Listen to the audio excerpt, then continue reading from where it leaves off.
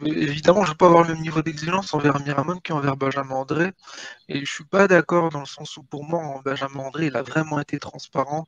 Et j'étais déçu parce qu'il était souvent en retard sur beaucoup de ballons, notamment en deuxième mi-temps. Il savait qu'il avait une charnière centrale où chacun avait un jaune et un jaune blessé, en plus avec Diakité. Donc pour moi, vraiment, André fait partie des flops. Euh, et Thiago Santos, pour moi, fait un meilleur match que lui dans cet enfer de match qu'on a subi contre l'Orient.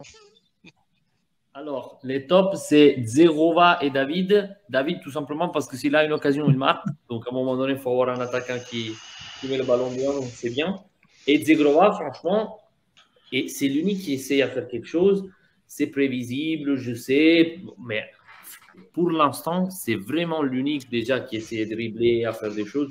Et c'est vraiment un gars que je pense mentalement, il a tenu l'année dernière parce que, faut être honnête, on l'a tué l'année dernière. Et cette année, il revient quand même à un niveau, je pense, supérieur. Et c'est l'unique qui essaye, vraiment. C'est l'unique qui essaie des choses. Donc, vraiment, je le mets dans les flops.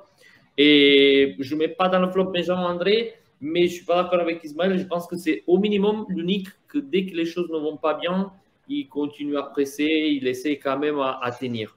Il y a des gars qui, je pense, ils se sont un peu effacés du match dès qu'ils ont vu que les choses n'allaient pas bien. C'est bon, on va à Rijeka et c'est fini. Et par contre, lui, quand même, il est là. Donc, je ne le mets pas dans le flop parce qu'il n'a pas fait un match ouf. Mais au minimum, il est vraiment, vraiment toujours là et je suis content qu'il soit capitaine.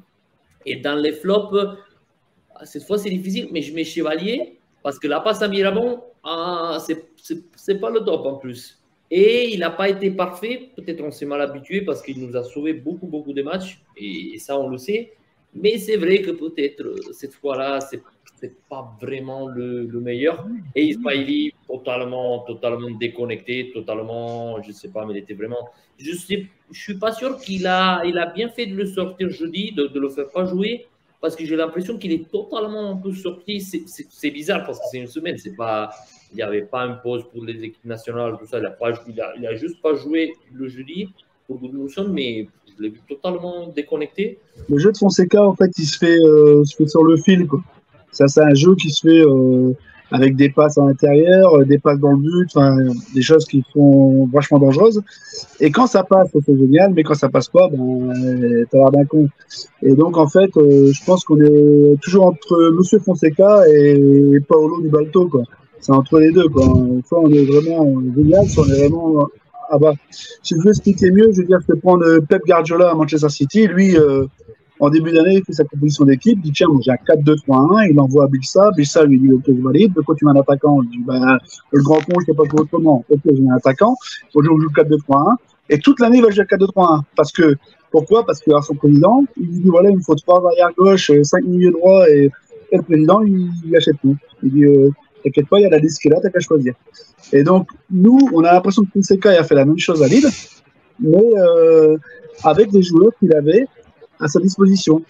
Et c'est pour ça que j'étais quand même super étonné de voir en début de match qu'on était toujours dans la même composition de jeu, hein, toujours les 4-2-3-1, sacro-saint 4-2-3-1, il ne faut pas changer, avec des joueurs qui débutaient dans l'équipe, comme Miramon, et avec Haraldson, qui n'a pas beaucoup de matchs dans l'équipe non plus, il faut bien le dire. Une défense centrale qui est jeune et blessée, en plus, tous les deux, à mon avis, ils étaient blessés un peu tous les deux. Et voilà, donc je comprends pas, je crois qu'on a joué un jeu qui n'est pas le nôtre, on n'est pas Manchester City, et je pense qu'on devrait plus s'adapter à l'état de forme des joueurs et aux joueurs qu'on a dans l'équipe pour pouvoir jouer un match. Donc de se dire, on va jouer 4-2-3-1 toute l'année, et ça va être super, ça va être huilé, et quel que soit le joueur, ça va jouer bien. On n'a pas les moyens de faire ça.